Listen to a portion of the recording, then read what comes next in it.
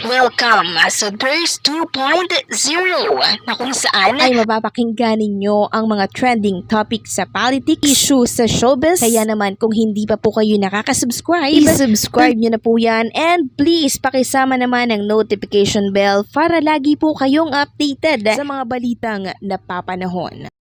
So ayun, andito na naman po tayo para magbigay po ng mga latest na kaganapan sa ating mga Dabber Gods. At una nga, itong tungkol po sa video na binahagi po ni Judy Ann Santos kuha dyan sa Spain. Kasama po itong asawa niya si Ryan Agoncillo. So during this video po, nagdadrive si Ryan Agoncillo and then parang may nagsasalita sa kanilang sasakyan dyan sa loob So parang hindi ata naiintindihan ni Judy Ann Santos kasi mga number, more on number Kaya tawa po ng tawa si Judy Ann Santos, si Ryan Agoncillo kasi nga may pagka-Spanish talaga yung mga lengguwahe po dito sa Madrid. Samantalang si Karen Aistrup naman ay nagbahagi ng kanyang video sa kanyang public social media account. Ito po ay video na kung saan ipinapakita niya po ang brand na kanyang ini-endorso, which is itong Broadway Gems, na kung saan ay matatagpuan natin sa mga mall, mga tindahan po yung mga accessories na mga ladies, na mga bagets. So, hoping ako na sana marami pa pong kumuha dito kay Karen Aistrup ng magpapapromote sa kanilang product kasi worth it naman talaga itong si Karen na mag-endorse, mag-promote ng mga brand, maging brand ambassador. Kasi talented at mahusay naman na bata itong si Karen and syempre, maganda pa.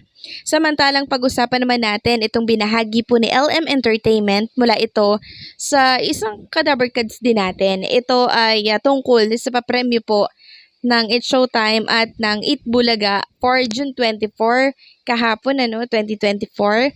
So Battle of Noontime Big Prize as of Monday kahapon, Eat Bulaga versus It's Showtime. So makikita po ninyo dyan ang pinamigay ng Eat Bulaga ay 213,000 pesos. Samantarang ang It's Showtime naman ay 65,000 pesos. So ang taas ng ratings nila, 'di ba? Pero bakit ang konti lang na mga papremyo na pinamimigay po nila? Samantalang itong Eat Bulaga, kahit 2 channel lang po ang pinag-eerehan nila, grabe ang galante po nilang mamigay ng mga papremyo. Kasi ba naman, ang dami po nilang sponsors sa loob ng isang segment, 'di ba? Tapos pinagkakalat po ng ibang tape depender na nalulugi na daw ang Eat Bulaga at magsasara na. So ang magsasara po ay yung wala na halos maipamigay na papremyo. Yun po yun. Ang magsasara, yung wala na pong sponsors na pumapasok. Ang magsasara, yung halos wala na pong ratings. Katulad nung nagsarang noontime show dyan sa GMA. Ano nga ulit yun? Yung tahanang pinakamasaya na produce ng Tape Inc. na kung saan hanggang ngayon hindi pa rin nakaka-move on itong ilang tape depender. Kaya yung mga nangyari sa kanilang sinusuportahan na show, yun ang binabato nila dito sa Eat Bulaga, Mga pasneya talaga. Tapos eto pa ang pinakamatindi dyan. Matatapos na lang ang buwan ng June, wala pa pong nagbabalik na programa na produce ng Tape Inc. So nasaan yung mga pinagyayabang nila na 2 programa daw ang babalik? Wala naman So napurnada na naman ba ito? Samantalang pag-usapan naman natin ang tungkol po dito sa isang artista na kung saan ay sumabog sa galit dahil sa isang Dabber God. So sinong Dabber Gods yan? Ayon nga po dito sa post ng isang page na newspaper. Sayang boses mo, Charis. Jake Cyrus nagbigay ng reaction matapos ikumpara kay Ice Guerra. Alam naman natin, 'di ba, na talagang legit na legit Dabber Gods itong si Ice Guerra. So yung sinabi nitong si Jake Cyrus? Sabi niya, first of all, with respect to my past, keep my dead name out of your silly mouth. And darling, it's because he has not taken any hormone therapy It's a huge part of being trans man.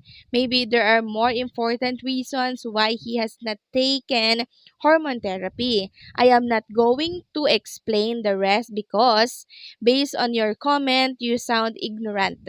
Google is free, my darling. I'm going to pin your comment because it seems like you love being center of attraction. So let's give it to you, sweetheart. Have a nice day. And may nag-comment pa po dito, yikes, your transphobia is showing sis. Before you comment, maybe you should do some research. The only thing sayang is you coming on her just to write some trash as comment. Okay, bye. Have a nice day. And then, nag-comment naman itong si Jake Cyrus. Nireply niya po itong si Cheesy Baby. Right. You support it trans and bash another trans because of what? Biret, yun lang. Make it make sense. Yes, hater being a transgender is more than just singing high or low notes. Sabi pa po ni Jake Cyrus, and the audacity of you to dead name me and properly call Ice his real name was a joke. Samantalang marami naman po ang nagtanggol dito po kay Jake Cyrus. At sabi nga po ng isang commenter dito, what give you the right to come on his Instagram to come and judge him? We come on here to show our love and support to Jake, but it's people like you who are too ignorant to educate yourself. If you don't have nothing nice to say, then don't say anything at all. Keep your opinions, insults, judgments, etc. to yourself. We love you, Jake. Don't let people like this ruin your day. At ang huling komento naman po nitong si Jake Cyrus, oh, it won't, Christine. Thank you. Trauma has removed so much of my emotions, lol. For some reason, I don't feel pain no more. Completely numb. So this only mentally bothers me, but it doesn't ruin my day. Hope I'm making sense. We won't stay quiet no more with these kinds of people. I know there's a lot out there, but she got lucky because I had a little time today. So, naikumpara po itong si Jake Cyrus or si Cherise kay Dabarkad's host, Ice Segura, no? Dahil po sa boses, sa pagbirit, 'di ba? Sinayang daw nitong si Jake Cyrus yung boses niya. Samantalang si Ice Segura daw ay hindi naman. So, nadamay patuloy itong Dabarkads natin na si Ice Segura, no? Sa gulong ito. Anyway, wala naman pong sinabing masama si Jake Cyrus. Ang kanya lang, bakit hinahambing siya sa iba? 'Di ba? Yun yung ayaw niya doon kasi iba-iba naman tayo ng katauhan. 'Di ba? Wag nating ikumpara yung isang tao sa iba kasi nga everybody is different, 'di ba? Meron niyang mga dahilan at sila na lang po yung nakakasagot nun kung bakit hindi nila gustong baguhin yung boses nila or bakit nila gustong baguhin yung boses nila. 'Di ba? Gusto po nila 'yan. So wag na lang nating pakialaman, 'di ba? Kaya naman nagalit itong si Jake Cyrus or Charis kasi nangingialam na masyado itong isang nag-comment sa kanyang post. So hanggang dito na lamang po mga Kadabarkads, at kung nagustuhan niyo po itong update natin today, please like, share, comment, and subscribe to our YouTube channel.